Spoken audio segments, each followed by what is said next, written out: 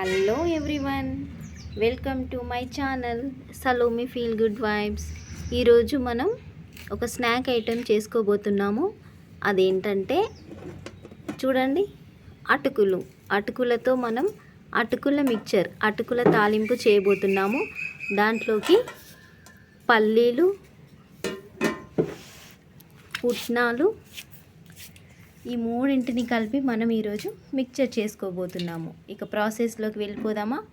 చలో. ముందు మనము ఈ మూడింటిని, అటుకులు, పుట్నాలు, పల్లీలని సెపరేట్గా వేయించి పెట్టుకోవాలి, వితౌట్ ఆయిల్ లేకుండా.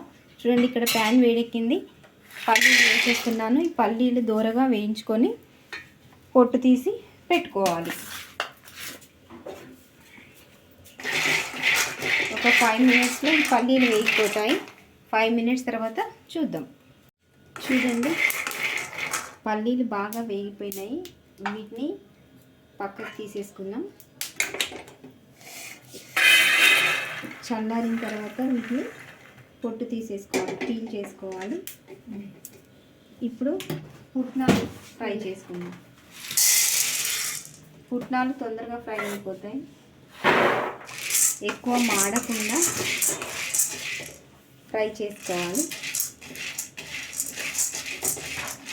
ఈ అటుకులు తాలింపు వేసుకొని ఈ ఎండాకాలంలో మంచి స్నాక్ ఐటెంగా కూడా ఉంటుంది.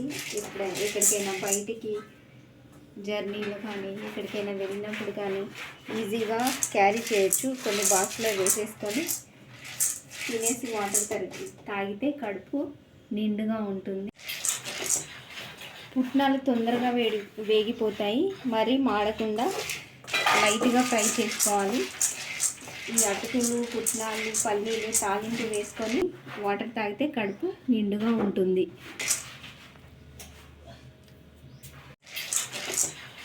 పుట్నాలు తొందరగా వేగిపోతాయి, మరీ మాడకుండా లైట్గా ఫ్రై చేసుకోవాలి. ఈ అటుకులు, పుట్నాలు, పల్లీలు తాలింపు వేసుకొని స్టోర్ చేసుకుంటే మనకి 1 మంత్ వరకు కూడా పాడవకుండా ఉంటాయి. వీటిని ఏమైనా చిన్న కిట్టి పార్టీస్కి లేదా ట్రావెలింగ్లో, జర్నీలో తీసుకెళ్ళి ఈజీగా క్యారీ చేయొచ్చు. అలానే ఈజీగా కూడా తినడానికి కంఫర్ట్గా ఉంటాయి. బాగా కూడా ఫ్రై చేసుకుని వీటిని తీసేసుకున్నాం. చల్లారిన తర్వాత తాలింపులోకి యూజ్ చేసుకుందాం. అలానే చూడండి, అటుకులు అన్నీ ఒకేసారి కాకుండా కొన్ని వేసుకుంటూ ఫ్రై చేసుకుందాం.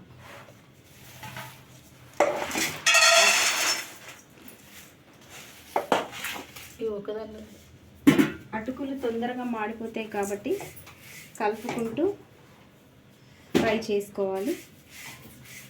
అటుకులన్నీ ఫ్రై అయిన తర్వాత చూద్దాం. చూడండి, అన్నీ రెడీగా పెట్టుకున్నాం. మనము అటుకులని లైట్గా ఫ్రై చేసుకున్నాను. అలానే పల్లీలు, పుట్నాలు ఫ్రై చేసుకొని పల్లీలు పొట్టు తీసేసి పల్లీలు, పుట్నాలు కలిపి పెట్టుకున్నాను. కరివేపాకు, ఉల్లిగడ్డ, పచ్చిమిర్చి. ఇప్పుడు ప్యాన్ పెట్టుకొని ఫ్రై చేసేద్దాం. పదండి. గంజు వేడెక్కింది, ఆయిల్ వేసుకుందాం. వీటి కోసం పెద్ద గంజువే పెట్టుకోవాలి, ఎందుకంటే కలపడానికి ఈజీగా ఉంటుంది. ఐటమ్స్ అన్నీ పడతాయి, ఈజీగా కలపవచ్చు. అందుకనే పెద్ద గంజు పెట్టుకున్నాము. ఆయిల్ వేడెక్కాలి. ఆయిల్ వేడెక్కింది. ఇప్పుడు ఆనియన్, పచ్చిమిర్చి వేసేసుకుందాం.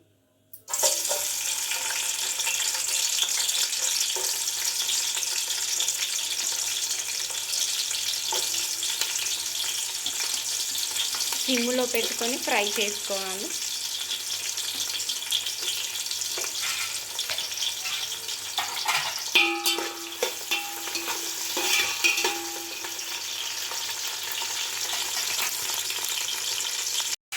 పచ్చిమిర్చి వేస్తున్నాము.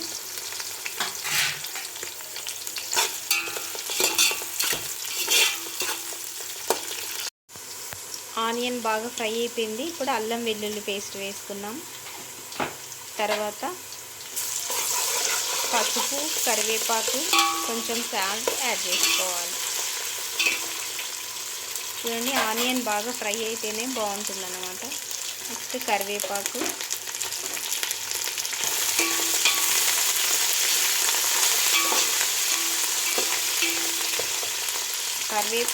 ఫ్రై అయిన తర్వాత పసుపు వేసుకుందాం.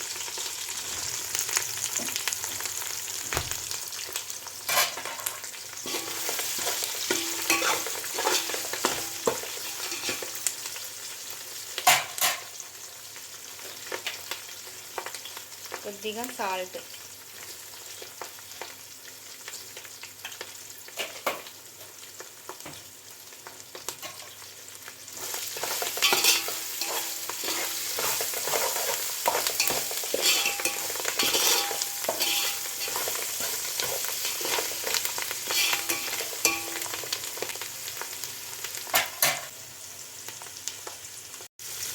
నెక్స్ట్ పసుపు.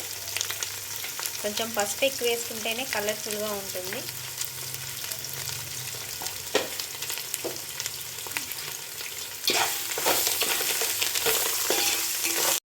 ఓకే, మనం అల్లం, పచ్చిమిర్చి, ఆనియన్, సాల్ట్, పసుపు అన్నీ ఫ్రై అయిపోయినాయి. ఇప్పుడు పల్లీలు, పుట్నాలు యాడ్ చేసుకున్నాము. ఇవి ఒకసారి మంచిగా కలిపేసుకోవాలి.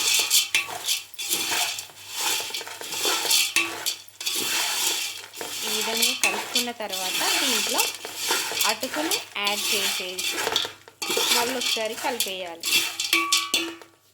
నెక్స్ట్ అటుకులు యాడ్ చేస్తున్నాము. కొన్ని తీసుకొని అటుకులు మెల్లిమెల్లిగా కలుపుతూ యాడ్ చేసుకోవాలి.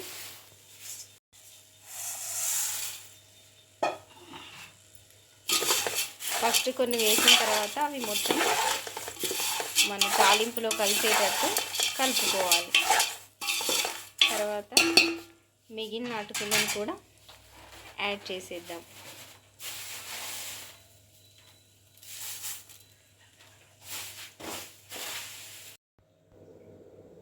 అటుకుల మిక్చర్ రెడీ అయిపోయింది ఫ్రెండ్స్. దీన్నే అటుకుల తాలింపు, అటుకుల చుడవ అని కూడా అంటారు.